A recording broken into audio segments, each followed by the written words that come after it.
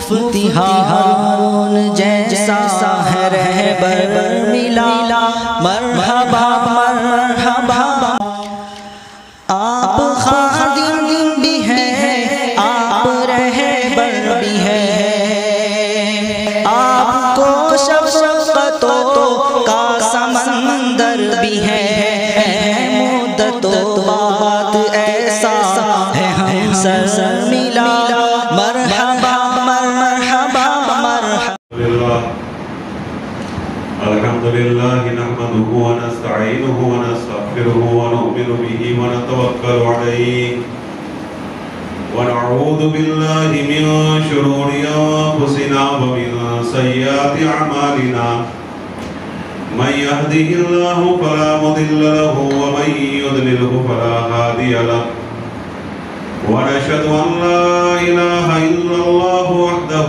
لا شريك له وحده بوحدة موحدا بوحدة موحدا بوحدة وحيدا وأحدا بلا مدد وجدد ونصب وبسم في الكمال لا شريك له ولا وزير له ولا نظير له ولا مثل له ولا مثال له لا شريك له ولا معين له ولا مشير له ولا مزارع له ونشهد أن سيدنا ونبينا ومولانا محمدا عبده ورسوله إمام المشرقين وإمام المغربين رسولا مكيا مدنيا هاشميا قريشيا كروبيا روحانيا ريحانيا نبيا تقيا نقيا وليا دريا شمسيا قمريا بدريا بشيرا نذيرا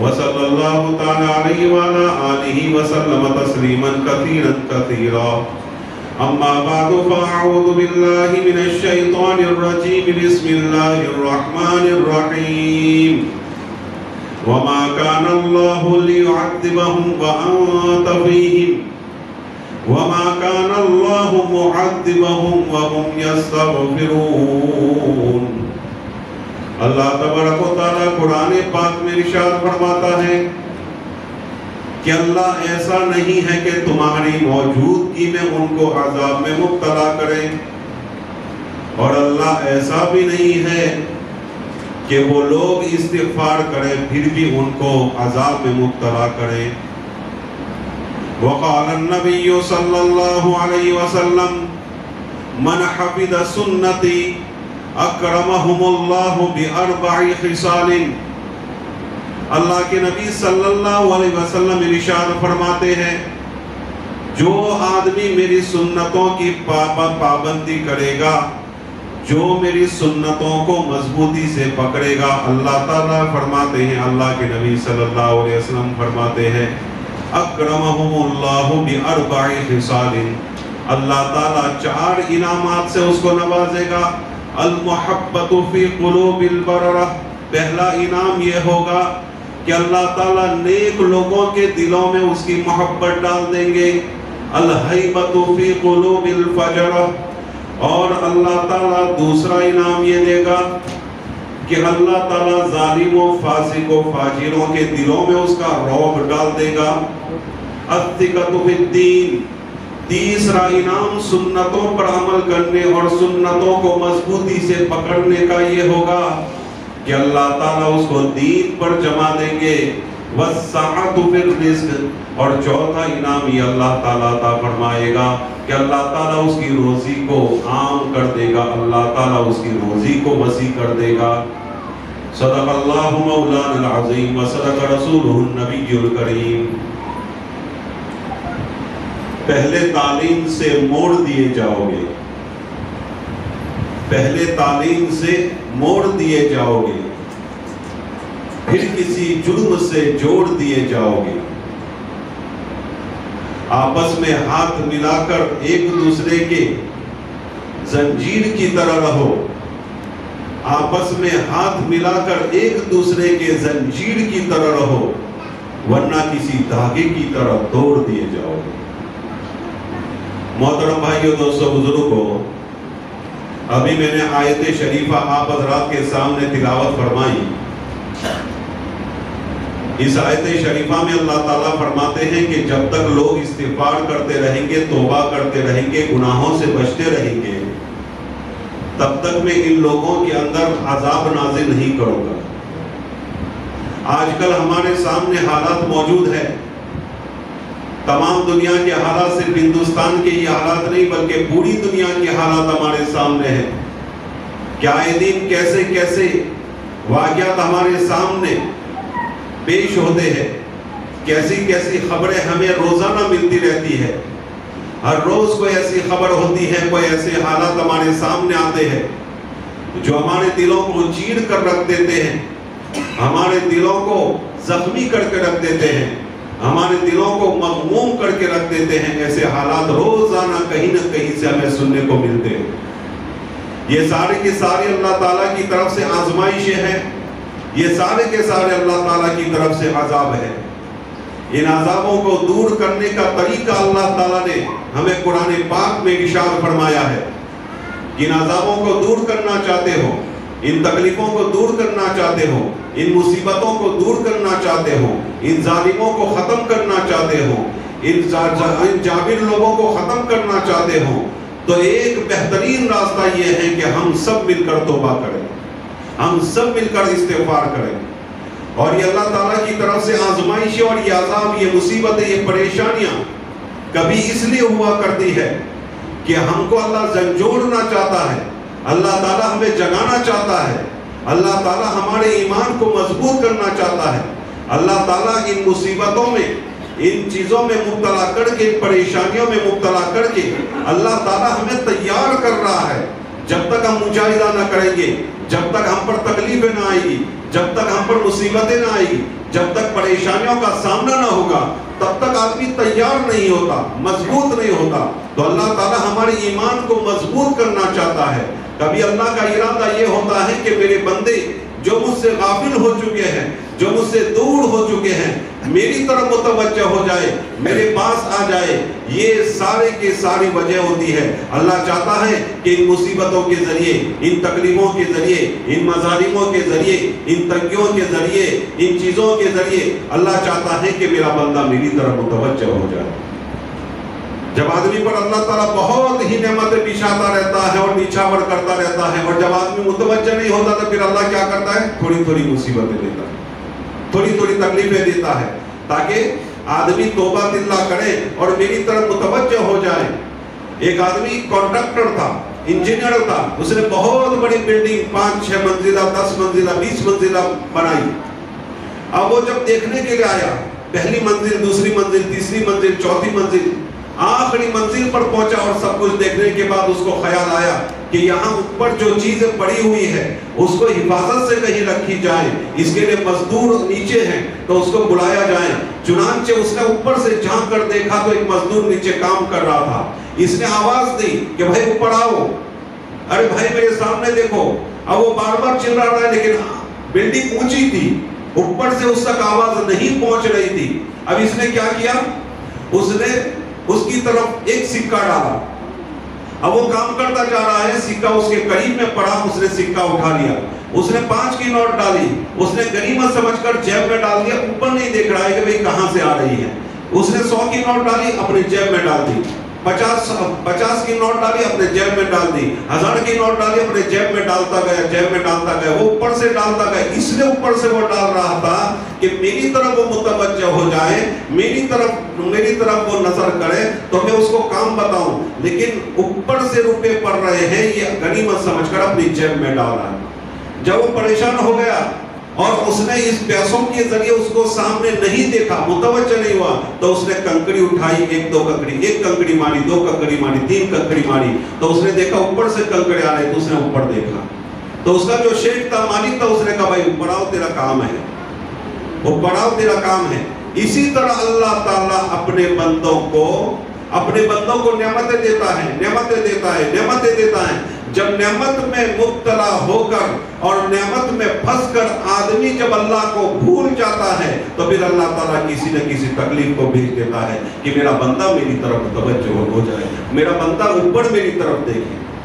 یہ تو یہ جو بھی تکلیفیں ہیں، جو بھی مصیبتیں ہیں، یہ تمام کی تمام اللہ کی طرف سے آزمائشیں ہیں۔ ان تکلیفوں کو اگر ہمیں دور کرنا ہے تو پھر ہم اللہ سے توبہ دلہ کرنا پڑے گا، گناہوں سے بچنا پڑے گا، حلال کو حلال سمجھنا پڑے گا اور حرام کو حرام سمجھنا پڑے گا، حرام سے دور رہنا پڑے گا اور حلال سے فائدہ اٹھانا پڑے گا۔ یہ اللہ تعالیٰ کی طرف سے ہمیں حکم ہے۔ قرآن نے کیا کہا؟ وَمَا كَانَ اللَّهُ مُعَذِّبَهُمْ وَهُمْ يَسْتَغْفِرُونَ، کہ اللہ تعالیٰ جب تک وہ استغفار کرتے رہیں گے اللہ تعالیٰ ان پر عذاب اور تکلیف نازل نہیں کرے گا۔ تو ہم سب کو مل کر اللہ تعالیٰ سے توبہ کرنی ہے، اللہ تعالیٰ کی طرف متوجہ ہونا ہے، اللہ تعالیٰ کے لیے اللہ تعالیٰ کے سامنے استغفار پڑھنا ہے اور اللہ سے کہنا ہے اللہ مجھے معاف کر دے، اللہ مجھے معاف کر دے، آئندہ گناہ میرے نہیں ہوں گے۔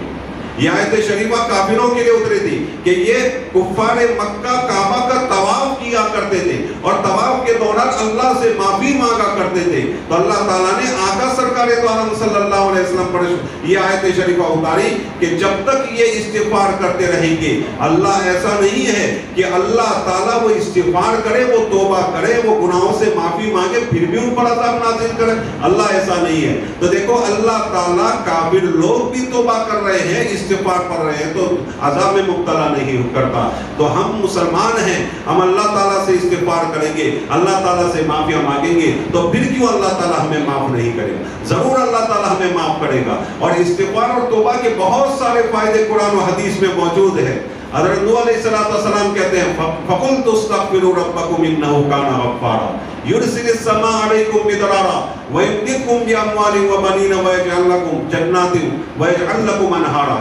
اللہ تعالیٰ قرآن میں فرماتا ہے، حضرت حسن بصری رحمت اللہ علیہ کے پاس ایک شخص آیا اور کہنے لگا حضرت مال میں بہت کمی ہے، تنگی ہے، کچھ مل نہیں رہا ہے، روزی سے پریشان ہوں، حضرت کا استغفار پڑھو۔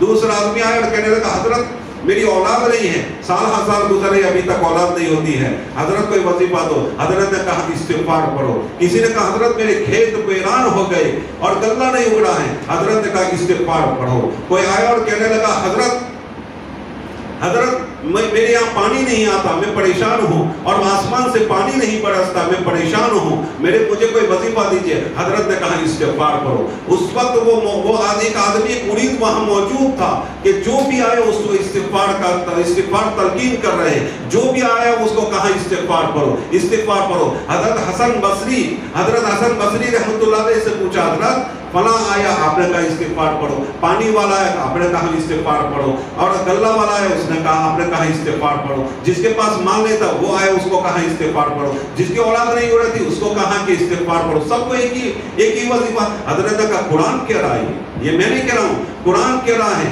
کہ جب تم استغفار کرو گے تو اللہ تعالیٰ کیا کرے گا؟ آسمان سے بارش برسائے گا، برکت کی بارش، رحمت کی بارش، پانی کی بارش، جس سے غلہ اگے گا تو تمہارے کھیت لہلا اٹھیں گے، یعنی اللہ تمہیں خوب روزی دے گا، اللہ مال دے گا، اللہ تمہیں اولاد دے گا اور اولاد وہ فرما بردار ہوگی تمہاری، پھر وَيَجْعَلْ لَكُمْ أَنْهَارًا، تمہاری جنت بنا دے گا اللہ تعالیٰ، اور تمہارے لئے نہر اللہ تعالیٰ نہریں بہا دے گا، یعنی دنیا بھی تمہاری آباد کر دے گا، آخرت بھی اللہ تعالیٰ آباد کر دے گا۔ تو اتنی طاقت ہے استغفار کے اندر۔ اور آگے کیا ہے، ایک جگہ پر کیا کہتے ہیں اللہ تعالیٰ؟ ارشاد فرماتے ہیں وَيَزِدْكُمْ قُوَّةً إِلَىٰ قُوَّتِكُمْ، جب تم اللہ سے توبہ کرو گے، استغفار کرو گے تو اللہ تعالیٰ تمہاری روز بروز طاقت کو بڑھائے گا، طاقت کو بڑھائے گا، روز بروز طاقت اللہ بڑھائے گا۔ کس سے؟ استغفار سے۔ خالی استغفار کافی نہیں ہے، ہمیں استغفار کے ساتھ استحضار بھی ہونا چاہیے ہمارے گناہ کیا کیا ہے، اور استحضار کے ساتھ ساتھ ہمیں ان گناہ سے بچنا بھی پڑے گا۔ ایسا نہیں ہے کہ آدمی سردی کی گولی لیتا رہے، سردی کی دوا لیتا رہے اور پیچھے سے کیا کرتا رہے، اور آگے وہ کیا کرتا رہے کہ ٹھنڈا پینا پیتا رہے اور برف وغیرہ پیتا رہے، کھاتا رہے۔ اگر یہ کرتا رہے گا تو پھر گولی کا کوئی اثر نہیں ہوگا۔ تو آدمی استغفار کرے، اللہ سے توبہ کرے اور گناہ سے نہ بچے تو اس استغفار کا کوئی فائدہ نہیں۔ اس لیے آدمی کو چاہیے کہ استغفار کے ساتھ استحضار اور اللہ تعالیٰ سے سارے گناہوں کی معافی مانگ کر گناہوں سے توبہ کر لے اور کبھی وہ گناہ نہ کرے، تو پھر اس استغفار میں یہ طاقت ہوگی، استغفار میں اتنی طاقت پیدا ہوگی تو اللہ تعالیٰ ہماری طاقت کو بڑھا دے گا۔ پھر ہمیں کوئی تہس نہس نہیں کر سکے گا، کوئی ہمیں ہلا نہیں سکے گا، کوئی ہمیں دگمگا نہیں سکے گا، کوئی ہمیں چھیڑ نہیں سکے گا۔ کیوں؟ طاقت بڑھ گئی، طاقت بڑھ گئی۔ تو ہمیں ان چیزوں کی طرف ذرا دھیان دینا ہے. حضرت یونس علیہ السلام کو یونس علیہ السلام مچھلی کے پیٹ میں چلے گئے. وہاں انہوں نے دعا کی لا الہ الا انت سبحانک انی کنت من الظالمین انی کنت من الظالمین. اب کیا ہے؟ اللہ تعالیٰ نے اس دعا کی برکت سے, اس آیت شریفہ کی برکت سے ان کو نجات دے دی. کہاں سے نجات دے دی؟ مچھلی کے پیٹ سے جو اندھیرا تھا, مچھلی کے پیٹ میں, سمندر کے پیٹ میں جو دوسرا اندھیرا تھا, اور رات کی اندھیری, ان تمام اندھیریوں سے اللہ تعالیٰ نے حضرت یونس علیہ السلام کو آزاد کر دیا. حضرت علامہ ابن تیمیہ رحمۃ اللہ علیہ لکھتے ہیں کہ جو بھی آدمی لا الہ الا انت سبحانک انی کنت من الظالمین کا ورد رکھے گا تو اللہ تعالیٰ یہ جتنے بھی اندھیریاں ہیں, یہ ظلم و زیادتیاں ہو رہی ہے, یہ جتنی بھی تکلیفیں ہیں, یہ جتنی بھی مصیبتیں ہیں, جتنی بھی پریشان حال ہیں, روزی کے اعتبار سے ہو, جس اعتبار سے ہو, ظالم کے اعتبار سے جتنی بھی پریشانیاں ہیں, تمام کی تمام پریشانیوں کو اللہ تعالیٰ جس طرح حضرت یونس علیہ السلام کو ان اندھیریوں سے آزاد کیا اور ان اندھیریوں سے اللہ تعالیٰ نے ان کو باہر نکالا, اسی طرح جو مومن یہ آیت شریفہ پڑھتا رہے گا اللہ تعالیٰ اس کو ان تمام اندھیریوں سے نکال دے گا, ان تمام اندھیریوں سے اللہ نکال دے گا. تو اللہ ہمیں سب کو مل کر اپنے آپ کی فکر کرنی ہے, اپنے آپ کے ساتھ ساتھ اپنے بچوں کی, اپنے اولاد کی, اپنے بیوی بچوں کی فکر کرنی ہے. اپنی بیوی بچوں کی فکر بھی بہت ضروری ہے.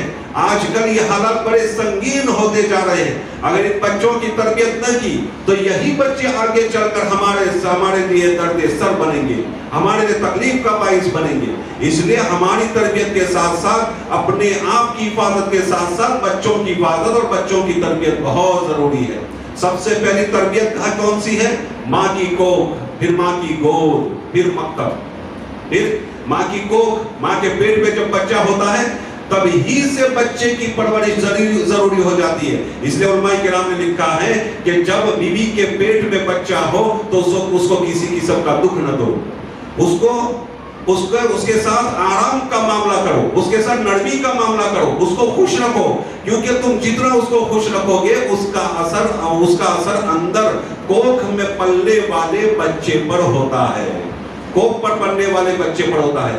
اس لیے کتابوں میں آتا ہے ماں اگر اچھا سوچتی ہے تو اس کے اثرات بچے پر اندر پڑتے ہیں, ماں اگر گندا سوچتی ہے تو اس کے اثرات بھی اندر بچے پر پڑتے ہیں, اور اس کو خبریں ملتی رہتی ہیں. ہم کو ایسا لگتا ہے یہ بے حس ہے, یہ بے حس ہے, بے جان ہے. ایسا نہیں ہوتا, اس کو بھی ساری چیزوں کا پتہ چلتا ہے, ساری انفارمیشن, ساری خبریں ملتی ہیں کہ تیری ماں اچھا سوچ رہی ہے, اس کو خبر مل جاتی ہے. تو اس بچے کو, وہ بچہ اسی پیرائے میں ڈھلتا ہے, اسی مزاج میں ڈھلتا ہے کہ ماں اچھا سوچ رہی ہے تو بیٹا بھی اچھا بنے گا, بیٹی بھی اچھی بنے گی, اولاد بھی اچھی بنے گی. اگر ماں گندا سوچے گی تو اس کے اثرات بچوں پر پڑیں گے. اس لیے ہمیں چاہیے کہ جب سے بچہ ماں کی کوکھ میں ہو تبھی سے اس کی تربیت کی فکر کرے. اللہ تعالیٰ کی طرف سے بھی اشارے ہوتے ہیں, اللہ تعالیٰ کی طرف سے بھی اشارے ہوتے ہیں. حضرت علامہ سیدی سختی رحمۃ اللہ علیہ فرماتے ہیں کہ ایک مرتبہ میں سوچ رہا تھا کہ اللہ تعالیٰ نے انسان کا منہ کھانے کے لیے بنایا ہے. جب ماں کے پیٹ میں بچہ ہوتا ہے تو اس کو ایک پائپ جوڑ دی جاتی ہے, اس کی ناف کے ساتھ, ڈوٹی کے ساتھ, اس کی ناف کے ساتھ جوڑ دی جاتی ہے, اور اسی سے اس کو کھانا پہنچایا جاتا ہے. حالانکہ اس کا منہ موجود ہے, تو آخر کیوں اس کو کھانا منہ سے نہیں دیا جاتا اور ناف کے ذریعے دیا جاتا ہے؟ تو حضرت فرماتے ہیں میں سوچ رہا تھا اللہ نے میرے دل میں یہ بات ڈالی, کیونکہ بچے کا کھانا جو ماں کی کوکھ میں, ماں کی پیٹ میں ہوتا ہے وہ خون ہوتا ہے, اور خون ناپاک ہوتا ہے.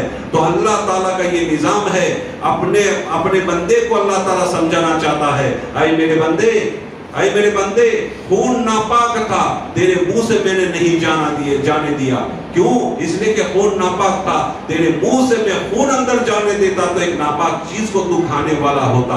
میں نے یہ خون کو تیرے ناف کے ذریعے اندر داخل کیا تاکہ تیرا منہ ناپاکی سے گندا نہ ہو. اے میرے بندے, جب میں نے تیری ناپاکی سے, حرام سے پیٹ میں تیری حفاظت کی ہے, تو جب تو پیدا ہو جائے اور تب سمجھدار ہو جائے تو ان ناپاکیوں سے, ان گندگیوں سے, ان حرام چیزوں سے ہمیشہ بچتے رہے.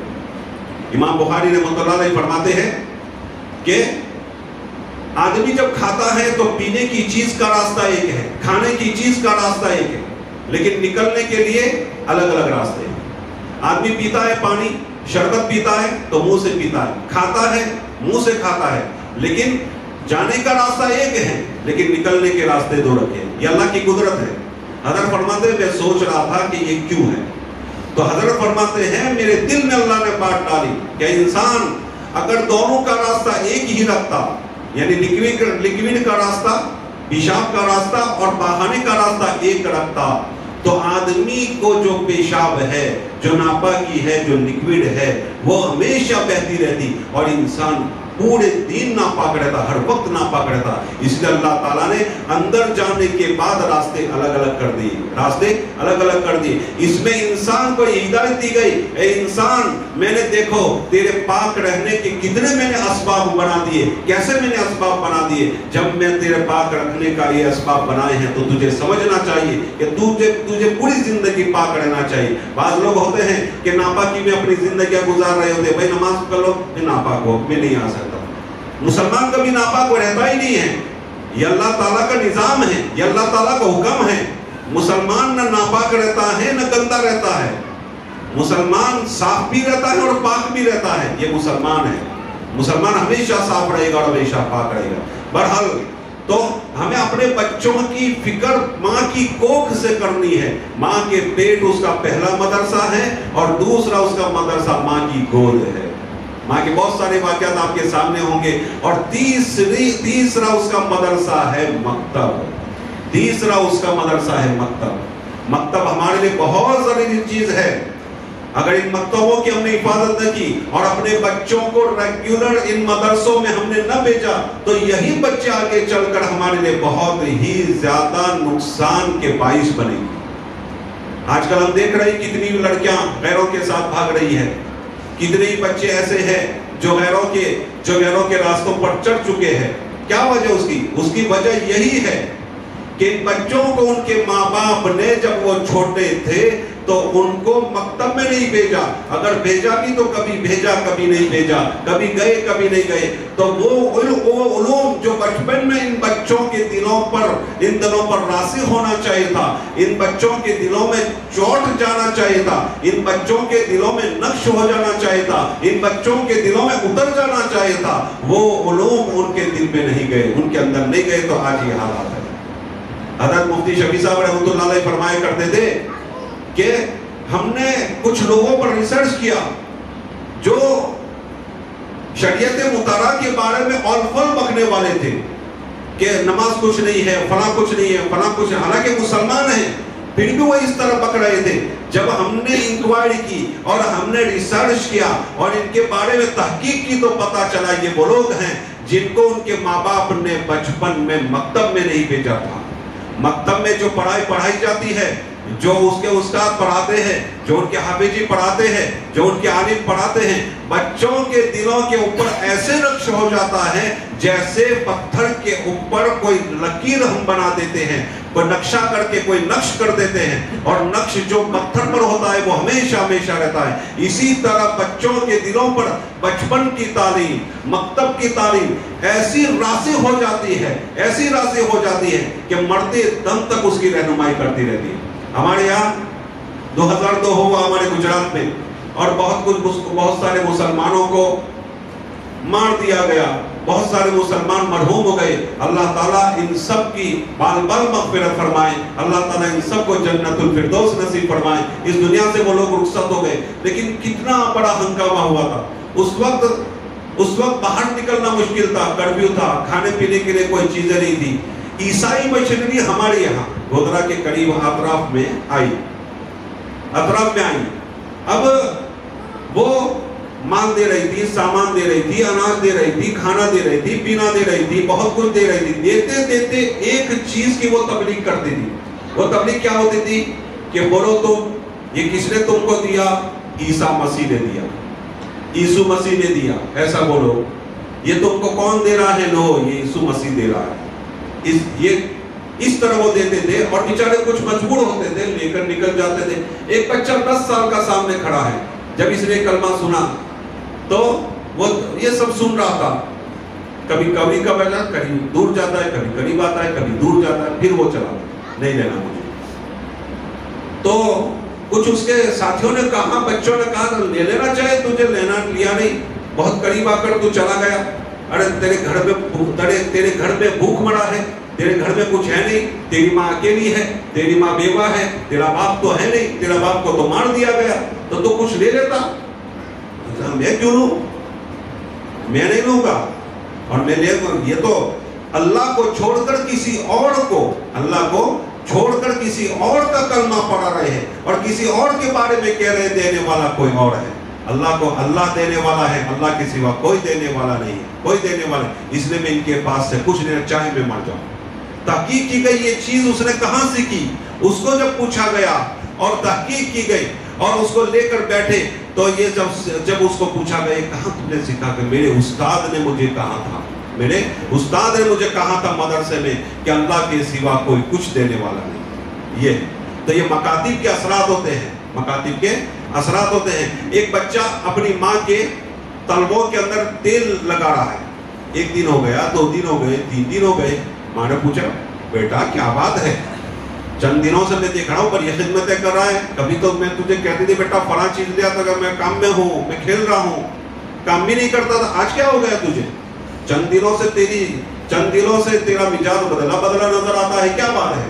تو وہ بچہ کہنے لگا کہ میرے استاد نے کہا ہے کہ جنت ماں کے قدموں کے نیچے ہے، تو میں ماں کے قدموں کے نیچے جنت تلاش کرتا ہوں۔ یہ کہاں اس کو سبق ملا؟ یہ درس کہاں ملا؟ یہ رہنمائی کہاں ملی؟ یہ تعلیم کہاں اس کو ملی؟ مکتب۔ اس لیے ہمارے بچوں کو ریگولر مدرسے میں بھیجو۔ کوئی دن ایسا نہ ہو کہ بچے مدرسے نہ گئے ہوں، اور ہمارا ٹیوشن کا وقت بالکل مدرسے سے الگ رکھو۔ ٹیوشن بھی بھیجو گے اور اسکول بھی بھیجو گے تو بہت سی مرتبہ ایسا ہوتا ہے کہ 8 بجے 8:30 بجے 9 بجے بچے کے لینے کے لیے ماں جاتی ہے، باپ جاتے ہیں کہ رجا دے دو بھائی، کیا ہے ٹیوشن جانا۔ نہیں، مدرسے کا وقت بالکل الگ ہوگا اور اسکول کا وقت بالکل الگ ہوگا۔ ابھی سے بچوں کے دلوں کے اندر جیسا تم علم ڈالو گے، تعلیم ڈالو گے، جیسے اخلاق ڈالو گے، وہ مرتے دم تک رہے گی، وہ مرتے دم تک رہے گی۔ مدرسے کی تعلیم مرتے دم تک رہے گی۔ حضرت لقمان حکیم رضی اللہ تعالیٰ عنہ علیہ السلام فرمایا کرتے تھے کہ بچوں کو چھوٹے پن میں تعلیم دینا ایسا ہے جیسے ایک چھوٹے سے پودے کو پانی دینا۔ اب اس پودے کو پانی دیتے دیتے اگر تم سنبھالو گے اور سیدھا اس کو کرو گے، وہ سیدھا جائے گا، اور اس کو یوں ہی چھوڑ دو گے وہ ٹہرا جائے گا۔ اسی طرح بچوں کو علم کی تعلیم کا پانی پہنچاؤ، تعلیم کا پانی پہنچاؤ۔ جیسا تم پانی اس کو پہنچاؤ گے ویسی ہی اس کی تربیت ہوگی، ویسی اس کی تربیت ہوگی۔ اس لیے ہم سب کو یہ ارادہ کرنا چاہیے اور پکا ارادہ کرنا چاہیے کہ ہمارے ان بچوں کی تعلیم پر ہم پوری نظر رکھیں گے، اور ہمارے بچوں کو مکتب میں ہم ضرور بھیجیں گے، اور بھیجیں بھی کیسے؟ فکر کے ساتھ بھیجیں گے، بھی کیسے؟ فکر کے ساتھ، اور ریگولر بھیجیں گے۔ بچوں کو بھیجنا نہیں پڑے گا، ایسا نہیں کہ آج گیا کل نہیں، اس سے بہت بڑا نقصان ہوتا ہے۔ ہمارے استاد کبھی کہا کرتے تھے کہ بیٹو گھر حاضری نہ کیا کرو۔ اب وہ کہاں سے لائے، کون سی کتاب سے لائے پتہ نہیں، لیکن وہ اتنے درد بڑے الفاظ میں کہتے تھے اور اس انداز میں کہتے تھے، ہمارے دل پر اس کا اثر ہوتا تھا۔ بیٹو گھر حاضری نہ کرو، 1 دن کی گھر حاضری سے 40 دن کی برکت اٹھ جاتی ہے۔ تو ہمیں بھی ایسا لگتا تھا، غیر حاضری کرنے پر بہت ہمیں دکھ ہوتا تھا، غیر حاضری کرنے پر ہمیں فکر ہو جاتی تھی کہ یہ کیا ہو گیا۔ ہمارے دلوں میں یہ چیزیں ہوتی تھی، وہ اس انداز میں کہاں کرتے تھے۔ تو یہ بھی ہو سکتا ہے کہ برکت اٹھ جائے، ہم بچے کو 1 دن نہ بھیجے، 1 دن بھیجا تو برکت اللہ تعالیٰ اٹھا دے۔ تو ان بچوں کی طرف بہت ہی ہمیں دھیان دینے کی ضرورت ہے، ورنہ کہتے ہیں کہ اتنے لاکھ بچیاں ہماری چلی گئی۔ آپ تحقیق کیجئے، ابھی کا سروے ایسا ہے کہ ان بچوں کی طرف تحقیق کی گئی، انکوائری کی گئی کہ آخر ایسا انہوں نے کیوں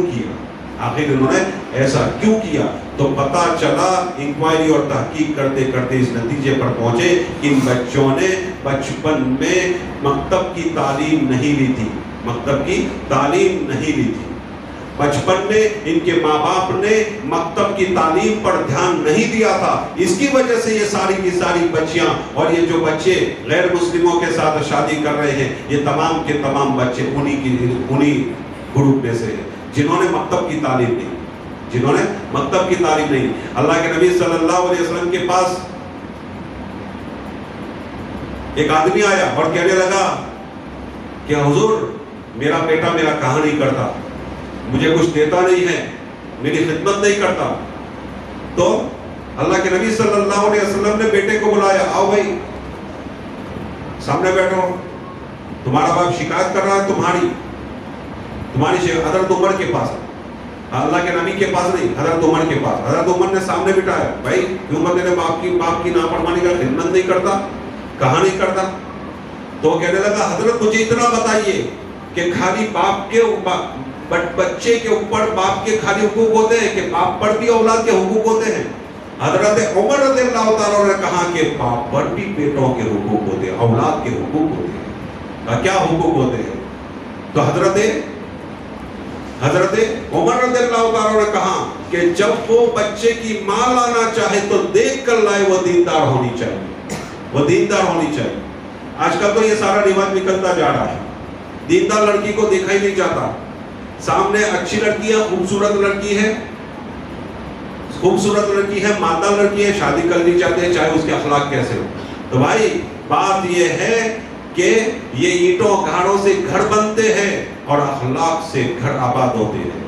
تم بلڈنگیں چاہے کتنی بھی بنا لو, ایش و عشرت کی چیزیں کتنی بھی بسا لو, لیکن گھر میں اخلاق نہیں ہوں گے تو وہ گھر کبھی آباد ہی نہیں ہوگا. گھر آباد ہوں گے اچھی لڑکیوں سے, دیندار لڑکیوں سے اور بااخلاق لڑکیوں سے آباد ہوگا, بااخلاق لڑکیوں سے آباد ہوگا. جب یہ ماحول تھا ہمارے معاشرے میں تو لڑکیاں بالکل سترک رہتی تھی, بالکل ایکٹیو رہتی تھی, لڑکیاں بالکل دیندار ہو جاتی تھی کہ مجھے شادی کرنی ہے, پیغام تبھی آئے گا تب میں نیک ہوں گی, میں اچھی ہوں گی, میرے اخلاق اچھے ہوں گے, تب جا کے میرے پیغام آئیں گے, ورنہ میرا پیغام نہیں ہے. تو وہ بالکل تیار ہو جاتی تھی, دیندار ہو جاتی تھی, نمازی ہو جاتی تھی, قرآن کو لکھتی تھی اور قرآن اپنے ہاتھ سے لکھتی تھی, اور پورا قرآن جب ہوتا تھا ادھر اس کی شادی ہوتی تھی اور وہ قرآن لے کر اپنے گھر جاتی تھی, اپنے شوہر کے گھر, اور قرآن پڑھتی. پانی پت کے اندر ہر بچی حافظ ہوا کرتی تھی. ماحول بنایا تھا کہ جب رشتہ جاتا تھا تو پوچھا جاتا تھا تمہاری بچی حافظ ہے؟ کہتے تھے کہ ہاں حافظ ہے, ٹھیک ہے ہمارے بچے کا پیغام لو. اور کہتے تھے نہیں ہماری بچی حافظ ہے, شادی کی نہیں, تمہاری بچی حافظ نہیں ہے تو ہمارے گھر کے لائق نہیں. ایک ماحول بنایا تھا تو گھر گھر میں بچے حافظ ہوا کرتی تھی. تو ایسا ماحول بناؤ, لڑکیاں لڑکی دیکھ کر لائیں کیسے کہ اخلاق والی ہے کہ نہیں, دیندار ہے کہ نہیں. جب یہ ماحول بنائیں گے تو آنے والی عورت دیندار ہوگی, آنے والی تو عورت دیندار ہوگی تو پورا گھر دیندار ہو جائے گا. اور آگے آنے والی عورت اگر دیندار نہیں ہوگی, بااخلاق نہیں ہوگی, تو پورا گھر بے سکون, بے چینی کی نظر ہو جائے گا, بے چینی کے حوالے ہو جائے گا. تو حضرت عمر رضی اللہ تعالیٰ نے کہا کہ جب وہ اس کی ماں لانا چاہے یعنی شادی کسی سے کرنا چاہے تو دیکھ کر کرے کہ نیکوکار ہے. دوسرا جب بچہ پیدا ہو اس کا اچھا نام رکھے, اس کا اچھا نام رکھے. اور تیسرا یہ کہ جب بچہ تھوڑا بڑا ہو جائے تو اس کو قرآن کی تعلیم. اب کتنے لوگ ہیں جو اپنے بچوں کو قرآن کی تعلیم دیں, کتنے لوگ ہیں جو اپنے بچوں کو مکتب میں بھیجتے ہیں, ریگولر بچوں کو بھیجتے یا نہیں بھیجتے؟ بتا دیں کتنے ہی لوگ ایسے ہیں کہ اپنے بچوں کو بھیجا نہ بھیجا. میرے بھائیوں یاد رکھو یہ مکتب کی تعلیم جہاں ہوتی ہے مضبوط ہوتی ہے. علماء سے بھی میں کہوں گا کہ مکتب کی تعلیم کو مضبوط کرو. کل جتنی ہمیں ضرورت تھی بچوں پر توجہ دینی, اس سے زیادہ آج ڈبل توجہ دینے کی ضرورت ہو گئی. کیوں؟ حضرت مفتی احمد صاحب فرمایا کرتے ہیں کہ بچوں کو پڑھنا نہیں, ماں باپ کو پڑھانا نہیں, ماحول کو پڑھنے دینا نہیں, جو کچھ کرنا ہے ہمیں ہی کرنا ہے. اس لیے علماء کرام سے درخواست کروں گا کہ ایسا نصاب بناؤ کہ آگے چل کر ان بچوں کو کوئی مرتد کرنا چاہے, کوئی ڈگمگانا چاہے تو وہ ڈگمگا نہ سکے, وہ ڈگمگا نہ سکے. ان کو بہکانا چاہے وہ بہکا نہ سکے. کیسے کیسے فرقے اب ٹوٹ پڑے ہیں, کیسے کیسے فرقے روزانہ نمودار ہوتے ہیں, کیسے کیسے لوگ آ کر کیسی کیسی تبلیغیں کرتے ہیں.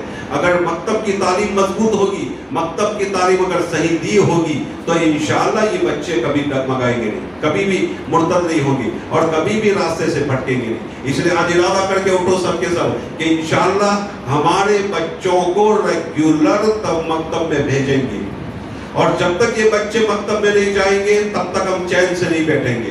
اور ہمارے مکاتب کی جو تعلیم ہے اس کو مضبوط کریں گے, اس کو مضبوط کریں گے. دعا کریں اللہ تعالیٰ کہیں سنی باتوں پر ہمیں عمل کرنے کی توفیق نصیب فرمائیں. اور یہ جو طوفان اٹھا ہے ہماری